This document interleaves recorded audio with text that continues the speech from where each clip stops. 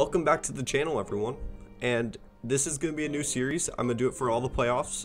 Every single series is going to get a recap. And you might be asking yourself, well, this series has not ended, and it could have. I'm recording this the day of Game 4 for the Boston Celtics and the New York Nets. And I completely understand that they are up 3-0. They have the potential to come back. Like, they have every right to come back. By NBA rules, they just have to win 4 straight games. It's not going to happen. This is not the team that's going to flip it, nor are the Raptors. But we're not going to talk about that. We are here to talk about this series. And I want to speak on the behalf of all Kevin Durant fans, because I am not a Kevin Durant fan, per se. I used to be, but the Warriors move kind of turned me off from being a supporter of his, and whether or not we want to have a revisionist history about it, I am not a fan of it. But I do want to say KD is not being held to the same standards. I think it's finally happening where he needs to be held credited for these losses, including Kyrie, including his arrogant takes that they were having, including being so cocky that they were going to most likely win this championship and blaming it on not having chemistry. I mean, it's the same idea with the Lakers. You can't just blame this on not being on the court. I understand chemistry is a major thing, but they were not on the court because of you, Kyrie. You can't blame that if that was your doing. KD, you say that you can't drop 50 because they throw different defenses at you every single time and every single possession, and other 50-point, what seemed to feel like 50-point games by other players weren't as impressive as if you did a 50-point game. Now, if you don't know the context behind that, he went on a podcast earlier this season, or potentially last year, and said that the reason why his volume isn't the same but his efficiency is pretty good is because he is getting thrown at different defenses, because he is Kevin Durant. He's the 7-foot guy that could shoot over anybody.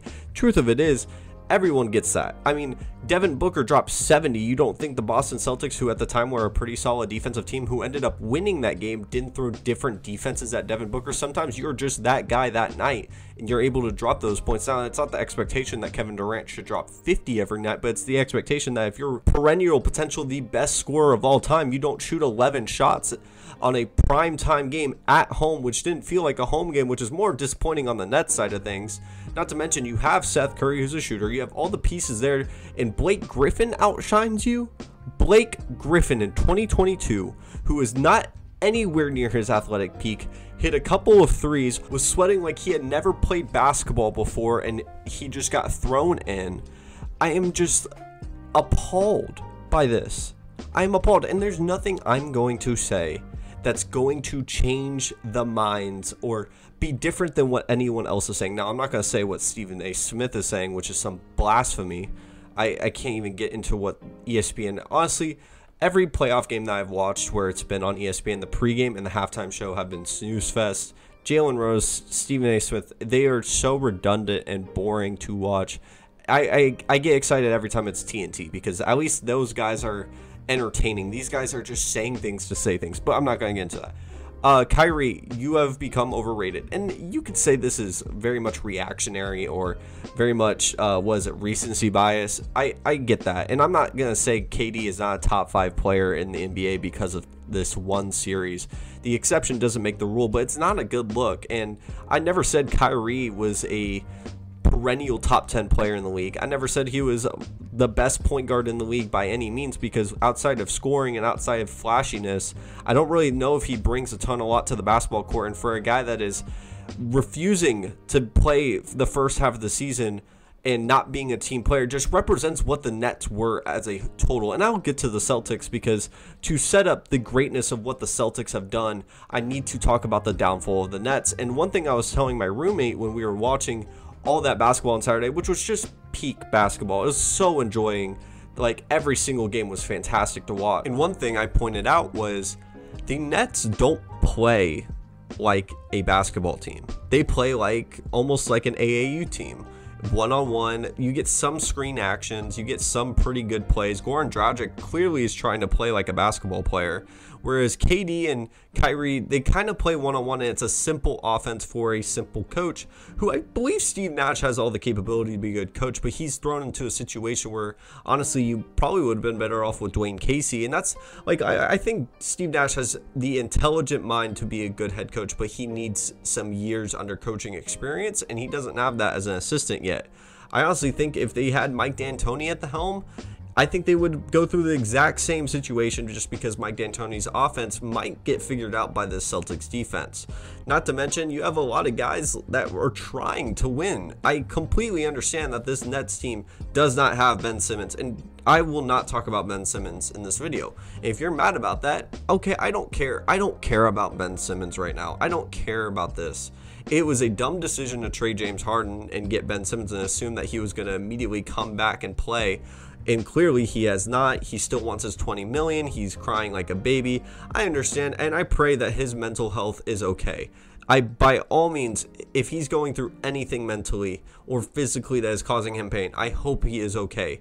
But if he's going to whine and cry for that $20 million for not playing a basketball game, I don't believe that he deserves that.